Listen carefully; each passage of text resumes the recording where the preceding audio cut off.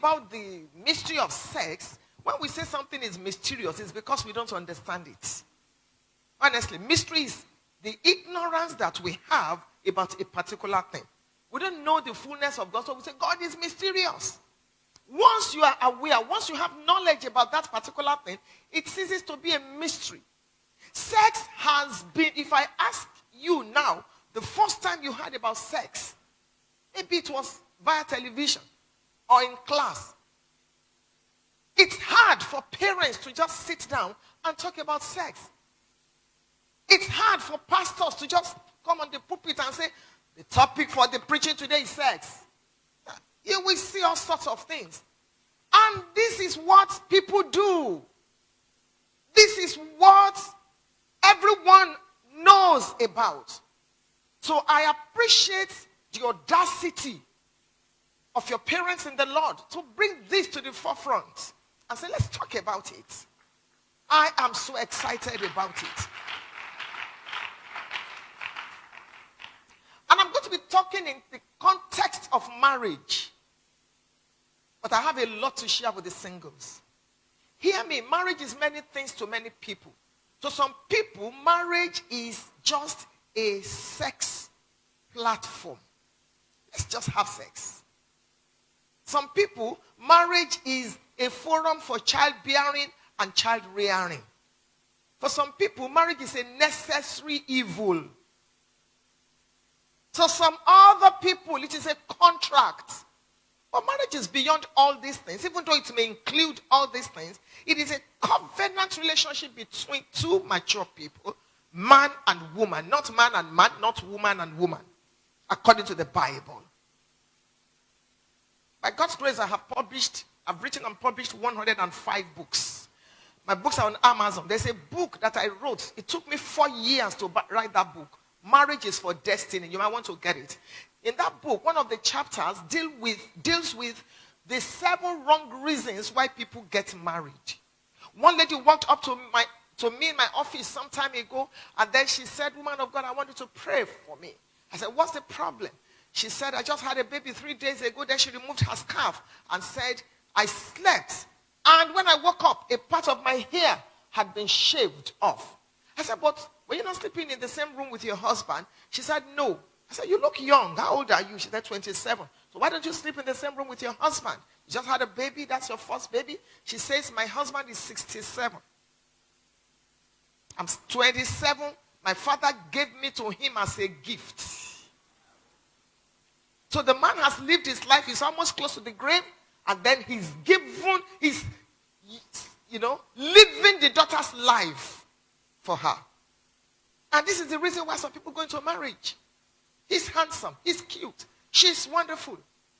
So let's get married so we can have sex. Marriage is beyond sex. If you compute the hours you spend having sex in marriage, it's less than, in 24 hours. Put it together. It's less than 1 hour. So if you go into marriage just because of sex, you have failed before you even began. Let's change the perspective today and look at the way God wants us to live our lives. To a man, sex is an end. To a woman, sex is a means to an end. When a man has sex with you, he feels that he has conquered you. When a woman has sex with you, she feels she owns you.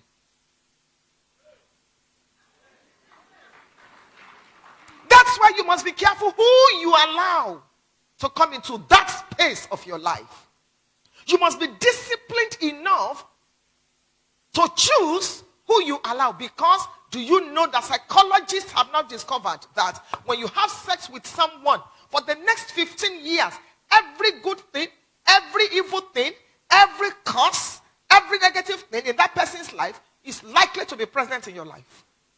It's not a scientific thing. The Bible says that he that is joined to an harlot. Is it not the Bible? God is so real. God is so powerful.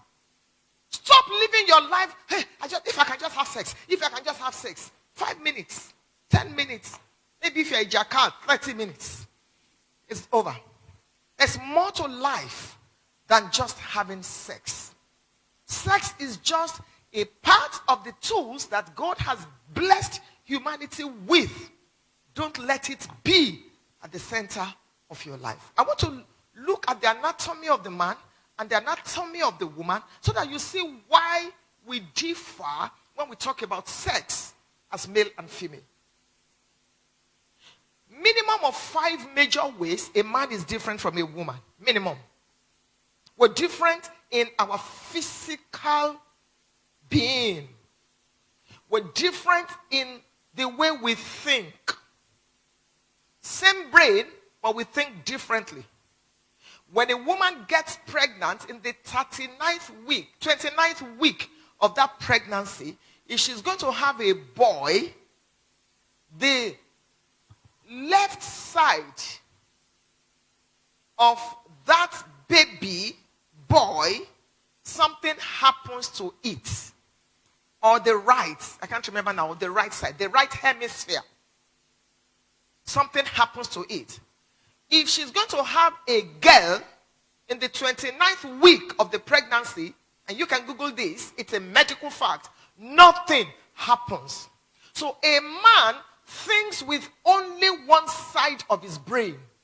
Functionally. I'm going to explain to you. But a woman thinks with both sides of her brain. Medical science. Medical fact. That is the reason why a man thinks deeper. And a woman thinks faster. A man will consider the pro and the con. If we go and fight with our neighbor now, we will look. A woman is saying, let's go and fight. It doesn't matter. We will leave this house. She doesn't know where she will park to. We will leave this house. Who is the landlord? The man is thinking because the man has enough space to think. The man is not inferior. He's not superior. The woman is not inferior. She's not. You are just different. So understand. A man thinks deep. A woman thinks fast. That is the reason. Because a woman uses both hemispheres, the right hemisphere and the left hemisphere of her brain. That is why a woman can multitask. A woman can do many things at the same time. As a man, let your wife just leave the baby or the babies with you for 3 hours. Let her go to the markets. And as soon as she leaves, the toddler begins to cry. The baby begins to cry. You know, that one poo-poos and the doorbell rings. And the gas is burning. The first thing the man is likely to do is go to the window to see if the woman is already coming. But excuse me, this is what a woman does every day.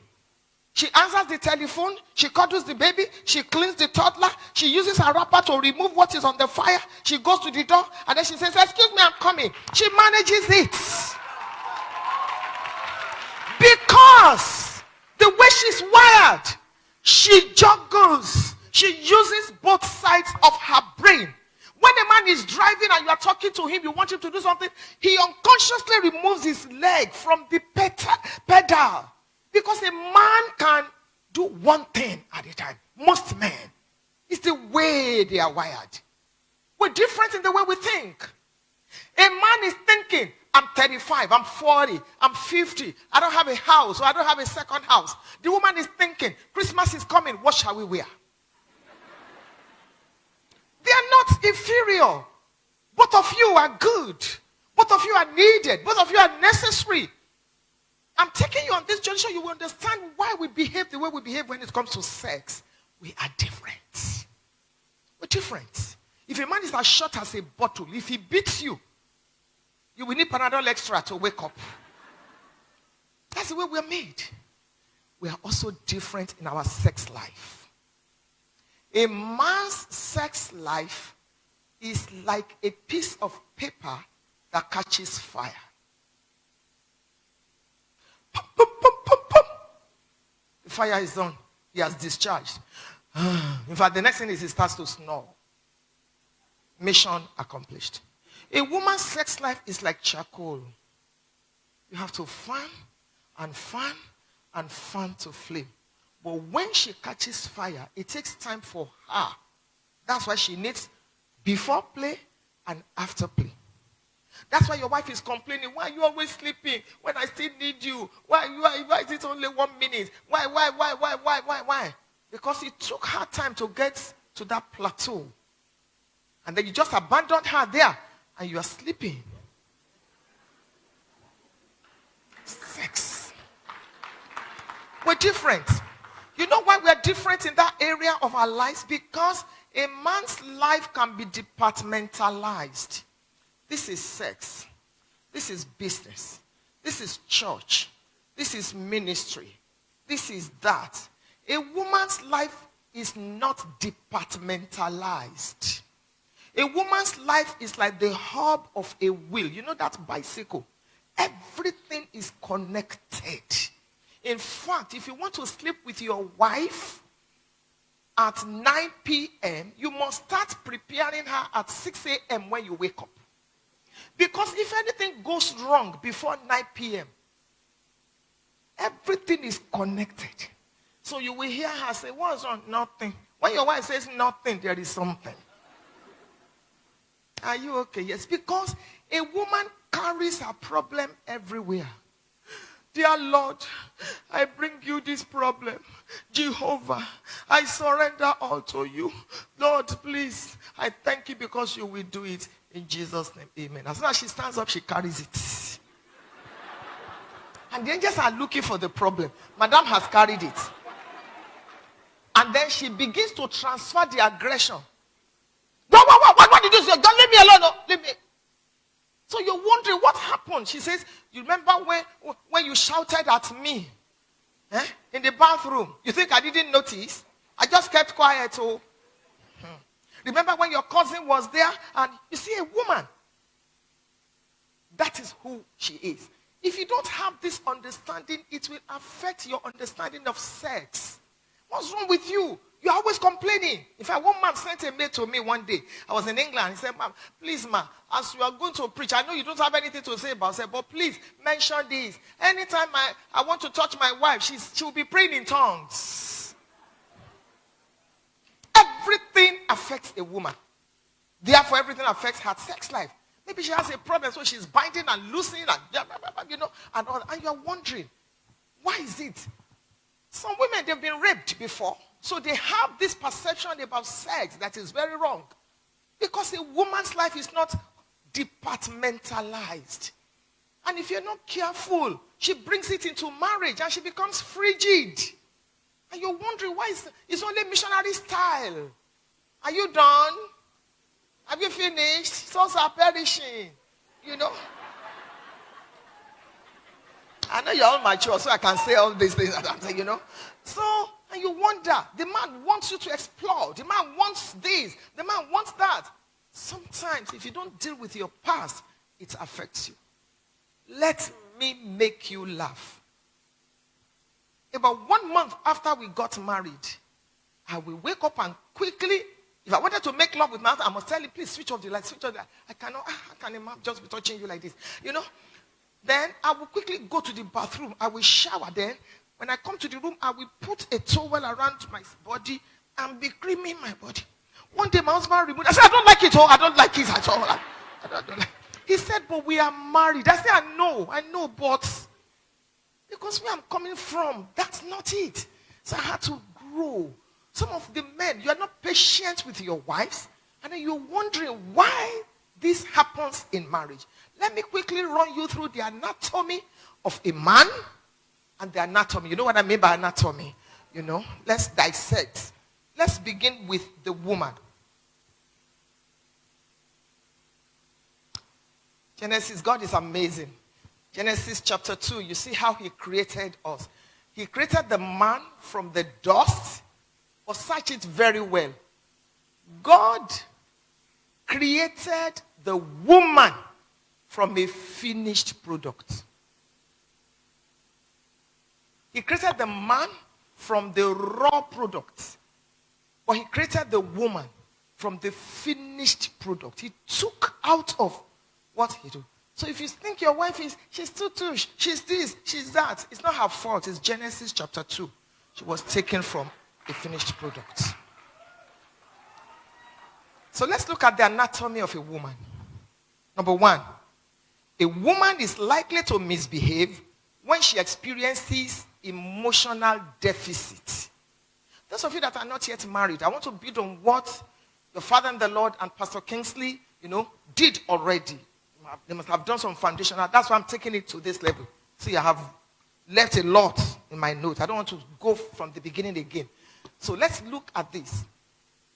Even if you are not married, this that we are exposing you to will help you. Because awareness is the highest form of light. My people are destroyed for lack of awareness. Not for lack of prayer and fasting, but for lack of awareness, for lack of knowledge. This will help you. Before I got married, I read almost 100 books on marriage. I didn't even know that I would be called to ministry to families. So it's important for you to build this and keep it. Because life is going to ask you questions. 1 Samuel chapter 17, the last verse. Saul said, whose son is this?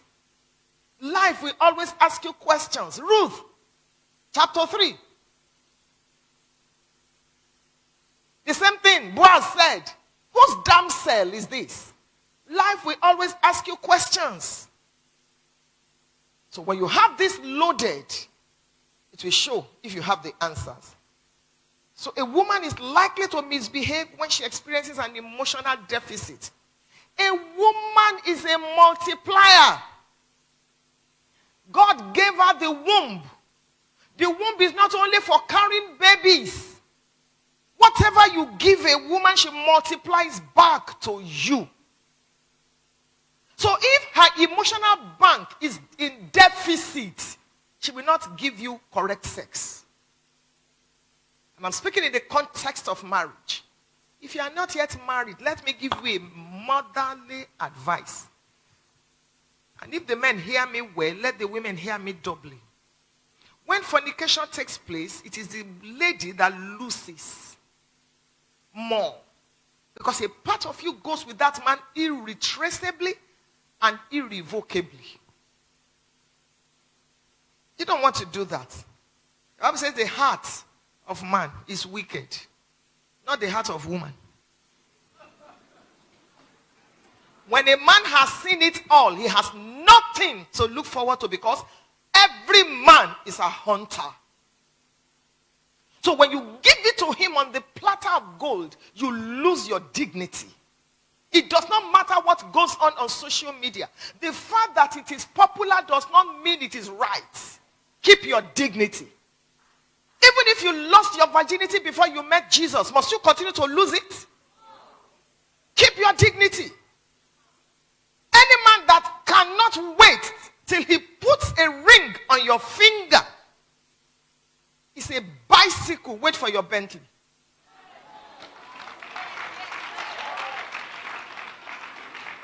True love waits. Because let me tell you the truth. In the reality of marriage, I've been married 38 years. There are times when it is not sex. Every marriage goes through 5 stages. I have in my note. The final stage of every marriage is called the gracious stage. And that can take years. Each of you, you've gone, you've conquered, you are successful, you come together. There's a stage in marriage that is called I am not a fool stage. I have everything in my notes. A time comes when it is not sex that sustains your marriage, it is friendship. Friendship. It is friendship, not even commitment. Any of us can slide. It is friendship. Marry your friend. Marry your friend. Who is a friend? Someone that knows where you stink and yet is faithful. Marry your friend. Someone before whom you can be vulnerable. Marry your friend. It's not every time you feel like having sex. It's not every time you feel like praying. It's not every time you feel like praising God. It's not every time. There are different types of you. There is the untouched side of you. There is the touched side of you, the one that goes to the office, all made up. Everything is looking. That's why you cannot live your life based on social media. Those people that snap and they show you, if the camera should flip and you see the other side of their room, you will never pray to look like them. Marry your friend. It's a huge advice. And don't sleep with everything that you see. Every man that comes your way, you must sleep with him. Sex is not an end in itself. The anatomy of a woman. She misbehaves when her emotional bank is empty. So you must learn to continue to make deposits in your wife's emotional bank so you can be able to withdraw. Different ways of making deposits that I don't have the time. A touch. Public display of affection. Sometimes I want to preach. My husband is about introducing me and then he's saying some good things about me. I will stay there because I want him to say more. And I'll be looking for what is not lost in my bag. And I'm saying, continue. Let's welcome my wife. She's the first lady. He's depositing something in my emotional bank. You cannot just be telling your wife, are you the first person to be pregnant? Stand up, my friend. I come against every demon. There's no demon. It's your spam.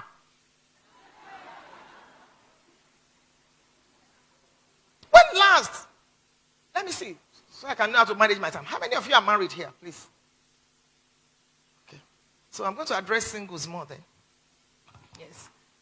But you two get this. So you must learn to deposit in the emotional bank of your wife. I need to run because of the singles. Number 2. I'm analyzing a woman. A woman remembers the now blessing. So it is wise for you to spread the blessing. If you give your wife 10 million now, she will thank you and thank you and thank you. In 1 week, in 1 month, she's forgetting. I say, I don't even know what is going on in this house. She prefers that you give her consistently. Consistently, not just once in a while. It's good for the once in a while to come. I'm telling you all this. You want to enjoy sex in marriage. Understand this. It will help you. Why is she always misbehaving? This is it. Number 3, I've told you a woman is a multiplier, so be careful what you sow. Number 4, a woman responds more to words, so watch what you say. A woman responds to words. If you say, when I say, you are beautiful, oh God, you see her at the bus stop, she'll be doing. For 3 days, she's still thinking, a man said to me, I'm beautiful, and I didn't get his number. Men don't care. Whether I tell him he's handsome or not, that's not his business. It's going on, That's a woman. Number 5, you can win an argument with a woman, but you cannot win the war. I'm not going to be explaining so much because of time. Number 6, there is nothing a woman cannot get from a man using her various skills. Body, emotions, persuasion, manipulation, sex, lullaby, praise. Number 7, every woman is security conscious. You want to have sex with your wife. She's asking you, did you lock the door? The man says, yes, I locked it. The woman will say, go and check again. And men can do anything. At that moment, the man will stand up again, go and check. Say, I told you that I locked it. I want to drink water. He will ask you, is it cold or room temperature? And some women can be manipulative. Number 8, she speaks more words than men. Psychologists have discovered that a man speaks an average of 25,000 words per day. I'm not speaking about preachers because, they have to speak. Averagely, 25,000 words per day. A woman speaks an average of 250,000 words per day.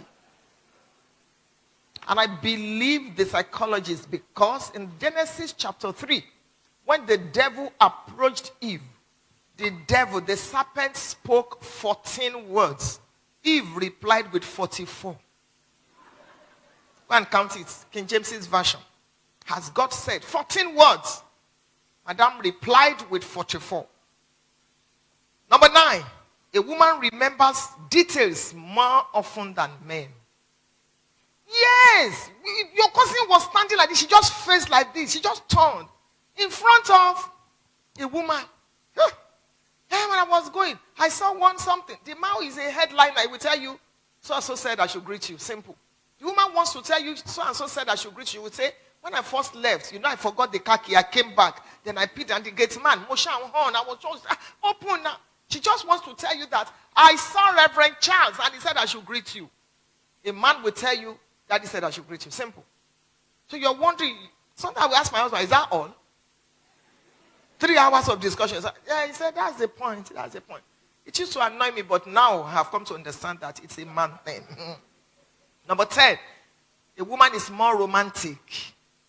So she wants you to touch her. She wants you to say, I love you. But I love you now. If I didn't love you, I would not marry you. That's not a woman.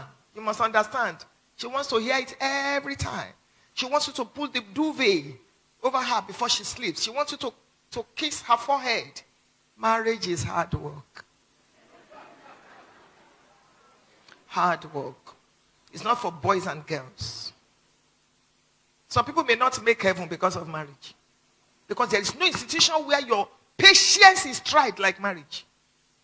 When you get married, you move from patience to long suffering. From long suffering to endurance. Marriage. Number 11, a woman is more or is a better organizer. It doesn't mean that 100%. There are some men that this will fit. But I'm just saying, and we're talking about sex. Because sometimes you wonder, why is it that you're not enjoying your sex? Because of these things. When these things are not in place, that 5 minutes of enjoyment can be a mess. You need to understand this. Women, number 12, take care of their parents more than men. Daughters are forever. Even when they leave their parents don't leave their hearts. Have you ever seen a man crying on the engagement day? I'm going to marry now. No. It's only women. The man is too much in a hurry to fly and enjoy himself. So, that's what happens. Men plan around their immediate family. Women include their parents in the budget. They even take from the man to give their parents. If these things are in place, it will help your sex life. I'm telling you. So let me pause and speak about the men. Before I now share something with you that I want us to pray about. The anatomy of the man. Number 1, a man is wired to be rational. So, tell your husband, well, I don't understand. You're always overthinking something. That's the man. They are rational. Because they have space in their brain to think about this thing. Let me go on. Number 2, a man is not easily moved or persuaded. He needs proof or evidence. Why should I do it? Go to many churches where they must see the prophet and carry this and carry that. It's women. Plenty. Go to any church and then they say, we are praying for our parents. We are praying for our children. You see the woman carry pictures. Lifting it. You hardly, a man, you will hardly find a man's family picture in his wallet. Men, they're different.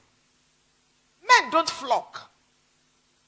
When the woman says, I want to use the bathroom, 3 women will follow her. You will never find a man say, follow me to go and pee. Say, what's wrong with me? I can't. Men are rational and they are not easily moved or persuaded. Number 3, men are egotistical. Every man is. No matter how anointed, he will defend it with his life, his ego. A man will tell you, I cannot say because I want to eat meat, be calling or be prostrating for cow. I'd rather die as a poor person. They have it. And they will not want you. No man will want you to touch that area. If you're in marriage, you must learn to respect that. Number 4, men are few words. So understand when the man speaks. Number 5, men are risk takers.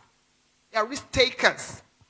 One day I sat in the living room a few years ago and my two sons slotted in a tape, a video, and I was watching. I had to wipe my, what is this?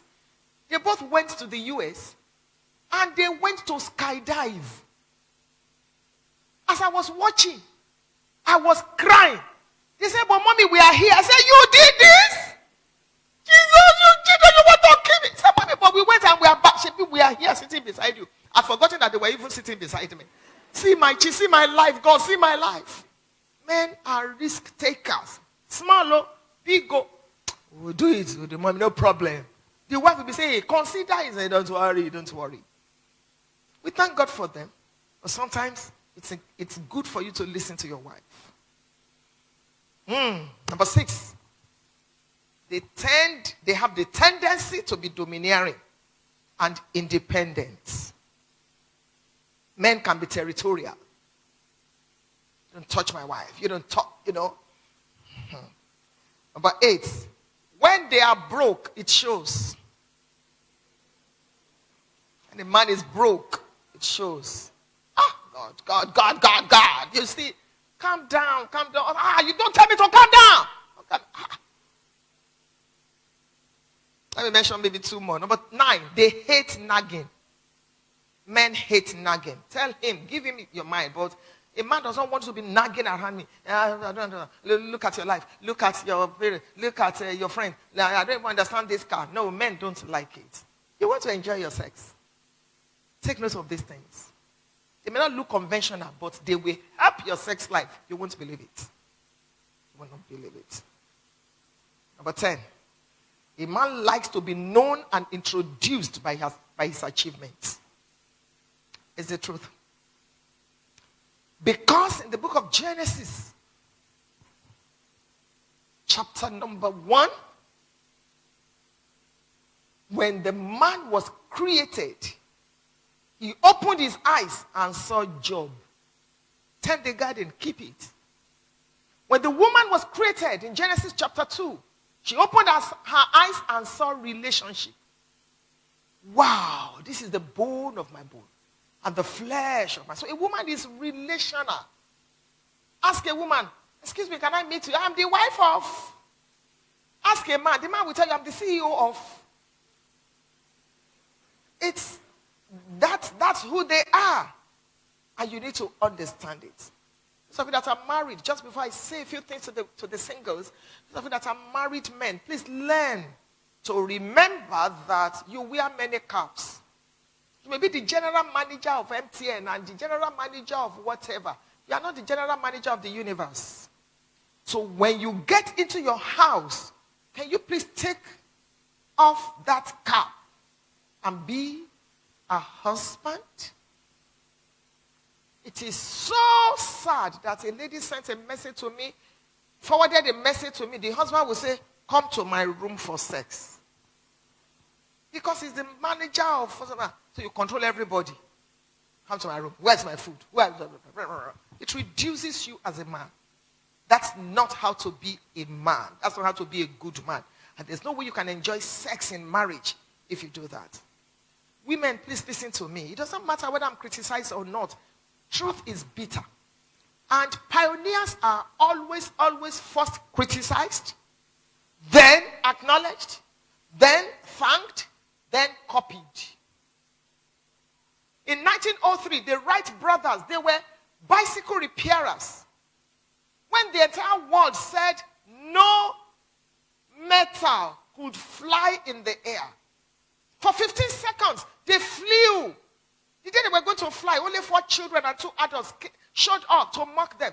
They were the sons, the Wright brothers, were the sons of a reverend gentleman. When they made that announcement, their father, Reverend Wright, said, the 2 of you will rot in hell. Pioneers are always like that. The man that gave us the wireless telephone, when he first started, his friends, 4 of his friends, took him to a psychiatric hospital. Look at it today. Look at the majesty of the aviation industry today. Ladies, I said all that to say this. If the totality of your financial life depends on your husband, you're a colossal failure. Your husband is not El Shaddai, else he shall die. There is no man that can adequately meet all your financial needs.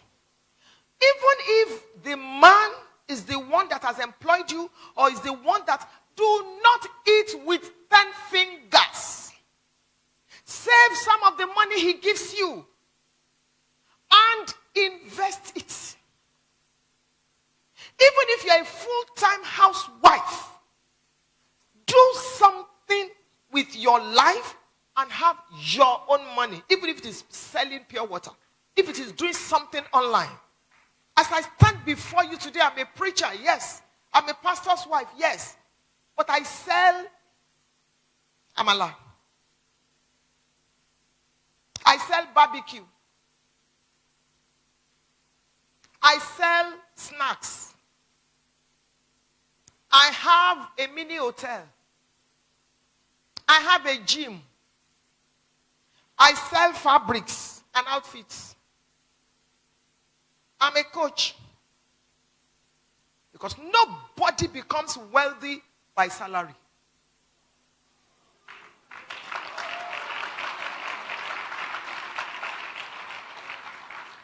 There's no way they will call an offering or a special seed in a church and I will not be one of the first to come out. There's no way. And it is my money, righteous money given by God, not stolen from anybody. My husband and I have been in business before we came into ministry. It's just that a lot of people don't always know that side of preachers. Do something with your life. This can affect your sex life. Money is important. It is the truth. In the arena where money is needed, prayer and fasting cannot take its place. School fees, you go to school and say, in Jesus' name, take my children. They will say, take your children away. It's important for you. Because many times we just focus on the sex. I don't understand why I'm not enjoying the sex. I'm not enjoying. Can we just look at these fundamental things? If these things are in place, I don't even understand. My wife is not fine. Give your wife 10,000 pounds. Send her to New York. When she returns, you will not believe she's your wife. Give your husband peace of mind. You'll be the one begging him, this sex is enough. Have peace in your home. It will help you a lot. For those of you that are single, please take this advice from me. Number one, love God passionately. Be unapologetic. Because a good Christian marriage is a salary paid by God.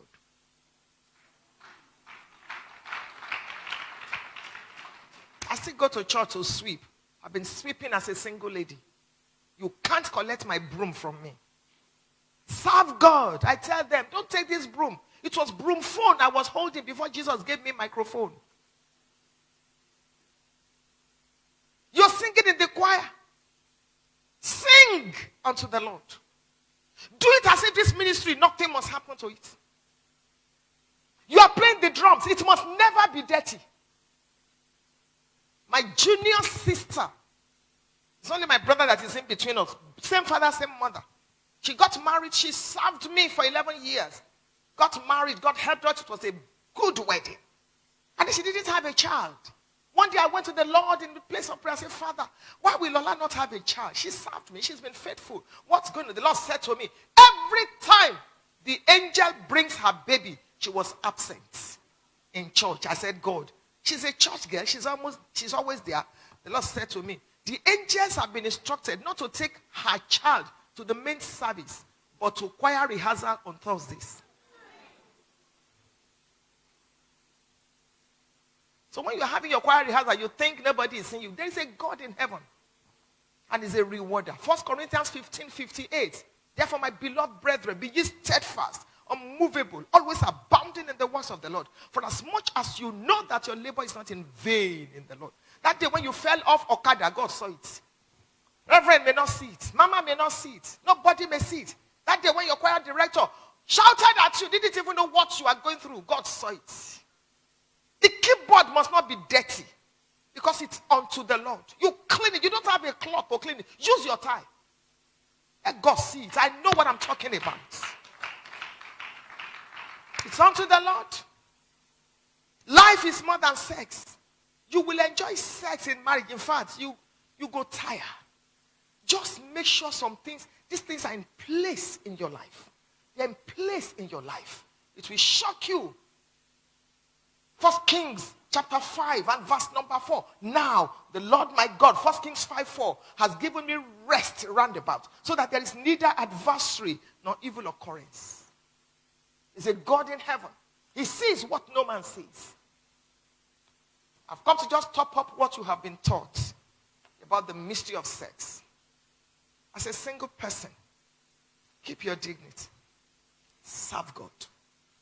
Number 2, close one eye in prayer, open the other one in watching before you marry. Marriage can determine where you will spend your eternity.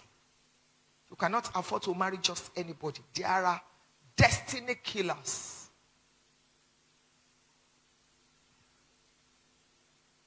They are everywhere, looking for who to devour. John 10:10. Close one eye in prayer, open the other one in watching. Sex will be fine. If you don't get it right, that is a problem. Number 3, marry from your tribe. When I say tribe, I'm not talking about Edo or Yoruba. I'm talking about the kingdom. You cannot go and marry one Alhaji because you think you are 43. Marry from your tribe. The prototype for choosing is in Genesis chapter 24. Marry from your tribe. Don't marry anybody that has nobody you can report him to. Someone that is not accountable. That is the brake system of your life. Any car without a brake system is prone to accidents. Don't marry someone that has no root, nothing. Number 4, don't marry a lazy person. Do not marry a lazy person. 11 a.m., the person is tying wrapper and still praying in tongues. Cha-cha, cho-cho, chich. Even the tongue is sick. What's all that? Don't marry a lazy person. And can I shock you? Those of you ladies that are saying, once I get married like this, hey, my own, no. There's nowhere in the Bible where God says a woman should not work. Nowhere. Look at Proverbs 31. Look at that woman. Real estate, she was there. Gardening, agriculture, she was there. Look at her. When you have something as a woman, you add value to your marriage. No matter how wealthy your husband is. VAT, value added tax. It may be your brain that the man will be tapping into. You must be able to add value. When David wanted to marry Michal, the father-in-law said, give me 100 foreskins. David gave 200. If your husband were to repay your dowry, will he increase it or decrease it? That Michal was a good woman. There was a time God said to me, study the lives of women that didn't finish well in the Bible and in your contemporary world. I began with Jezebel. That woman, Jezebel, was a powerful woman. Most times, how we look at it, she's this, me. Because inside every experience, there is a blessing and a lesson. I searched her life. I studied it. Jezebel. That woman taught me commitment in marriage. She said to her husband, what's going on here? Why are you sad, O king? The man said, he said, leave it. I will get it. That woman was a real politician. She sorted the man out. Even though it was bad.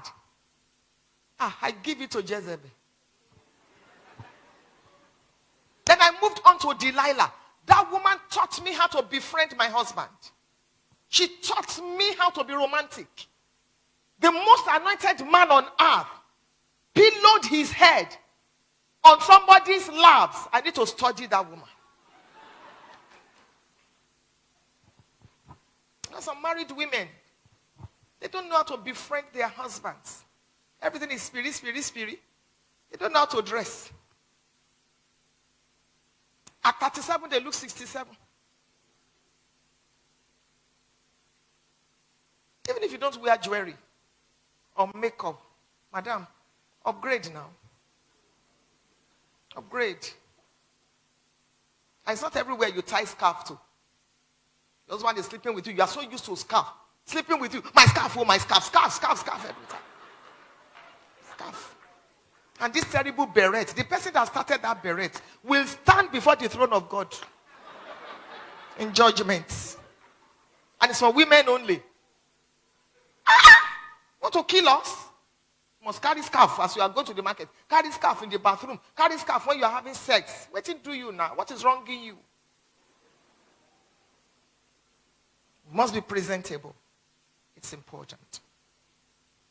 This is what I brought for you today as far as sex is concerned. Because if you take care of these things, sex will be a child's play in your marriage.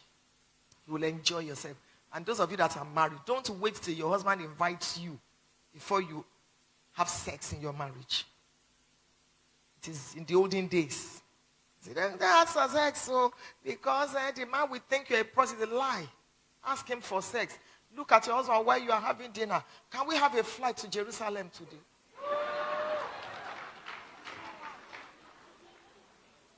Enjoy your life. I pray for each and every one of you. You will matter in quarters that matter. In marriage, God will give you rest. And it shall be well with you. In Jesus' name.